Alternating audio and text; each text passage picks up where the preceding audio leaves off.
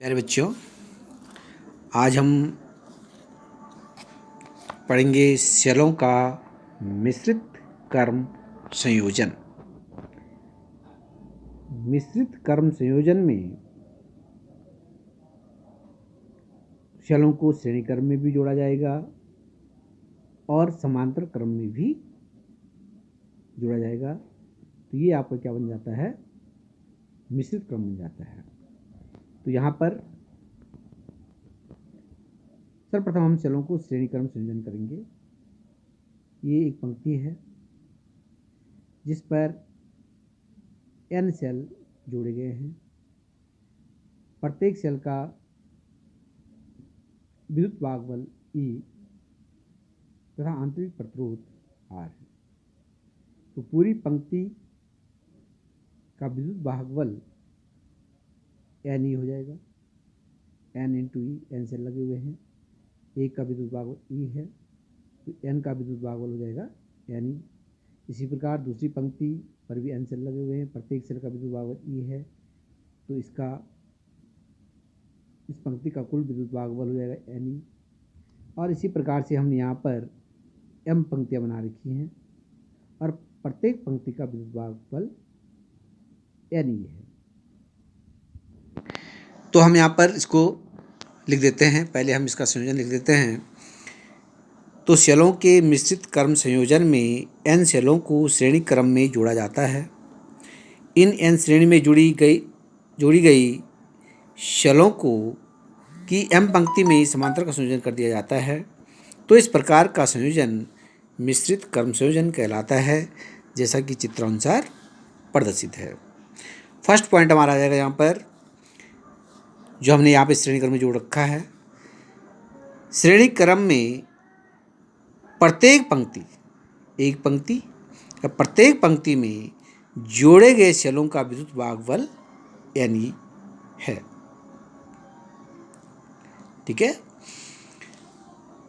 अब यहाँ पे देखते हैं हम चित्र में, इसी प्रकार से यहाँ पर पंक्तियों को हमने समांतर क्रम में जोड़ा है। m पंक्तियाँ हमने बनाई है।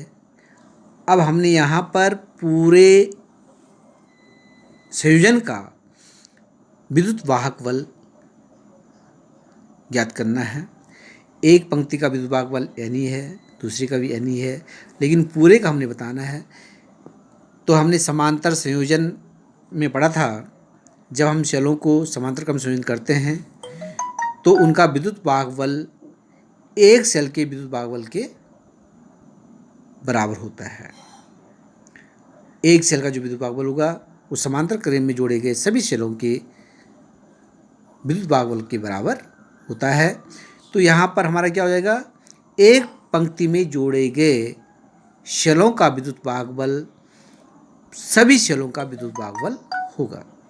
तो इस प्रकार से हम यहाँ पे लिख सकते हैं। दूसरा पॉइंट, समांतर क्रम में जोड़े गए m पंक्ति का विद्युत भागबल Ne। तो पूरे परिपथ का विद्युत भागबल। तीसरा पॉइंट, तो n सेलों के संयोजन का कुल विद्युत भागबल क्या हो जाएगा? Ne। अब चलते हैं यहाँ पर कि इसका कुल प्रतिरोध कितना होगा। तो पहले हम एक पंक्ति का प्रतिरोध देखते हैं। प्रत्येक सेल का प्रतिरोध R है। n सेल जुड़े हुए हैं तो एक पंक्ति का प्रतिरोध हो जाएगा N × R। तो इसको लिख लेते हैं हम। n सेलों के संयोजन का कुल आंतरिक प्रतिरोध NR। इसी प्रकार से दूसरी पंक्ति का भी NR हो जाएगा, तीसरी का भी NR हो जाएगा, चौथी का भी NR हो जाएगा। और m पंक्तियाँ तो प्रत्येक पंक्ति का आंतरिक प्रतिरोध NR होगा। अब हमने इसको पंक्तियों को हमने समांतर क्रम में जोड़ रखा है। कुल आंतरिक प्रतिरोध हमने यहाँ पर ज्ञात करना है। तो हमारे पास जो हमने समांतर क्रम में संयोजन में पढ़ा था 1/R बराबर 1/R1 + 1/R2 + so on, तो वही यहाँ पर फॉर्मूला लग जाएगा। तो मान लेते हैं, माना इनका आंतरिक प्रतिरोध या इस संयोजन में आंतरिक प्रतिरोध R डैश है, तो समांतर क्रम संयोजन में m पंक्तियों का आंतरिक प्रतिरोध 1/r डैश बराबर 1/nr। पहली पंक्ति का जो है आंतरिक प्रतिरोध nr है, दूसरी का भी nr है, तीसरी का भी nr है, तो सबको हम जोड़ते चले जाएंगे कहाँ तक, m पदों तक इसको जोड़ देंगे। ठीक है, यहाँ पर इसका एलसीएम ले लेंगे तो यह आ जाएगा आपके पास 1/r डैश बराबर m/nr, r डैश बराबर nr/m। अब हमारे पास ये कुल आंतरिक प्रतिरोध निकल गया। अब हम फिर परिपथ पे चलते हैं। पूरे परिपथ पर कुल प्रतिरोध, अब देख रहे हैं तो हमने निकाल दिया यहाँ पर कुल आंतरिक प्रतिरोध, लेकिन यहाँ पर एक बाह्य प्रतिरोध भी लगा हुआ है जो इन आंतरिक प्रतिरोध के साथ श्रेणी क्रम में जुड़ा हुआ है, तो परिपथ का कुल प्रतिरोध निकल जाएगा। चौथा पॉइंट, परिपथ का कुल प्रतिरोध R डैश प्लस R, कुल आंतरिक प्रतिरोध प्लस बाह्य प्रतिरोध। मान रख दीजिए nr/m प्लस R। परिपथ में धारा, हमारा क्या उद्देश्य है कि परिपथ में कितनी धारा जो प्रवाहित हो रही है तो उसका मान निकालना है हमने यहाँ पर।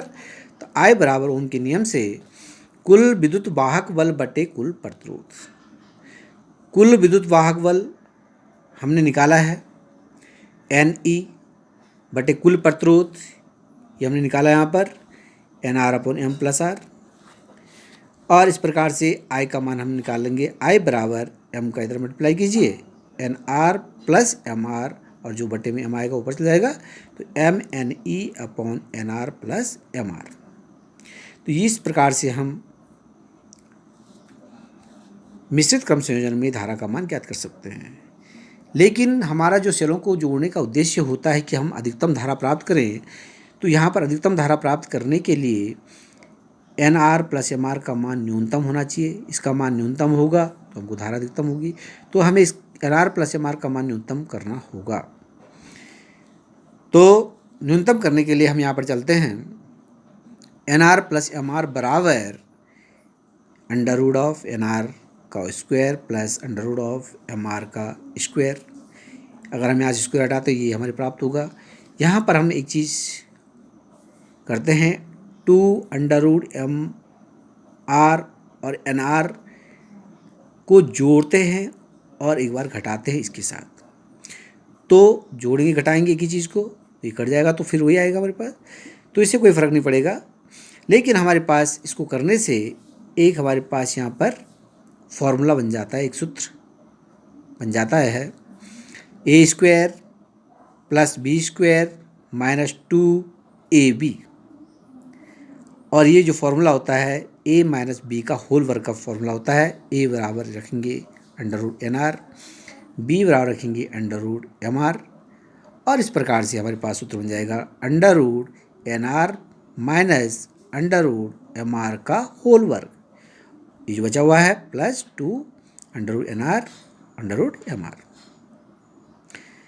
nr प्लस mr का मान न्यूनतम के लिए, यदि न्यूनतम करना है हमने इसका मान, तो √nr माइनस √mr का मान 0 होना चाहिए। इसका मान जो है 0 होना चाहिए, तभी जाके nr प्लस mr का मान न्यूनतम प्राप्त होगा।